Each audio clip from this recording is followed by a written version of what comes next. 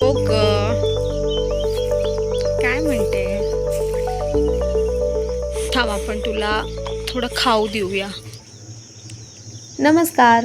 चैत्र महिना संपलेला आहे आणि वैशाख महिन्याला सुरुवात झाली आहे. यावर्षी पहिल्यांदाच या गुलमोहराच्या झाडाला बहर आला आहे. आता आपण चाललोय तुतीच्या झाडाकडे.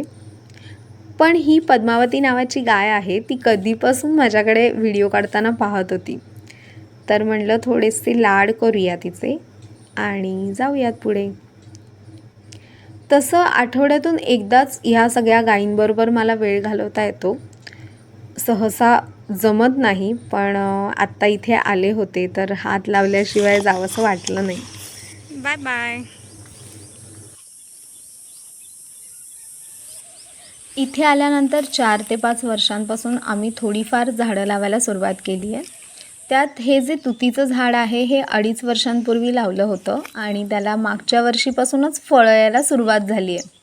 मला झाडांविषयी खास अशी काही माहिती नाही आहे, पण मी या व्हिडिओच्या माध्यमातून जे काही आहे ते तुमच्याशी शेअर करण्याचा प्रयत्न करते. तर तुती ही रेशीम उद्योगासाठी वापरली जाते आणि दुष्काळग्रस्त भागातही तग धरून ठेवणारी ही वनस्पती आहे. शेळी पालनासाठी अत्यंत उपयुक्त आहे, कारण शेळ्या जेव्हा आजारी पडतात तेव्हा ह्याच वनस्पतीचा पाला त्यांना दिला जातो. ही जी फळं दिसत आहेत ती जशी पिकतात तशी त्याच्या दुसऱ्या दिवशीच पक्षी आणि प्राणी येऊन फस्त करतात. त्यातल्या त्यात मला हे काळं आणि लाल असं आंबट गोड फळ दिसलं, ते मी लगेचच म्हटलं काढूया, बघूया.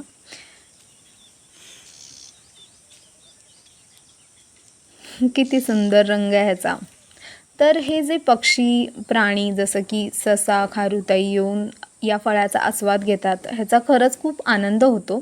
एक गंमत म्हणून दाखवते. ह्याच्याच बाजूला एक अशोकाचं झाड आहे छोटं, त्यावर ना बुलबुल पक्ष्याने एक घरटं बांधलं आहे. तुम्हाला दिसतंय की नाही बघा. मी जरा लांबूनच घेते म्हणजे तिला डिस्टर्ब नको. तर असंच आजच्या तरुण पिढीने वेगवेगळ्या प्रकारची झाडं लावली पाहिजेत. ह्याच वर्षी ठरवा आणि लावा, जेणेकरून तुमच्याही जमिनीवर किंवा अंगणामध्ये वेगवेगळे पक्षी येऊ शकतील.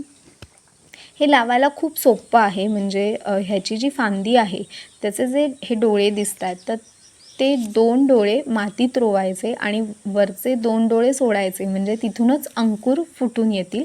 तसंच तुम्ही वेलीला वेल जी असते त्याला सपोर्ट म्हणून सुद्धा तुम्ही लावू शकतात, म्हणजे वेलीलासुद्धा सपोर्ट मिळेल आणि त्याचबरोबर झाडसुद्धा येईल. तुम्हालासुद्धा या तुतीविषयी काही अजून माहिती असेल तर कमेंटमध्ये नक्की लिहा, मी नक्की वाचून काढेन. अशाच वेगवेगळ्या झाडांविषयी, शेताविषयी आपण माहिती घेत राहू. भेटूया पुढच्या व्हिडिओमध्ये. थँक्यू.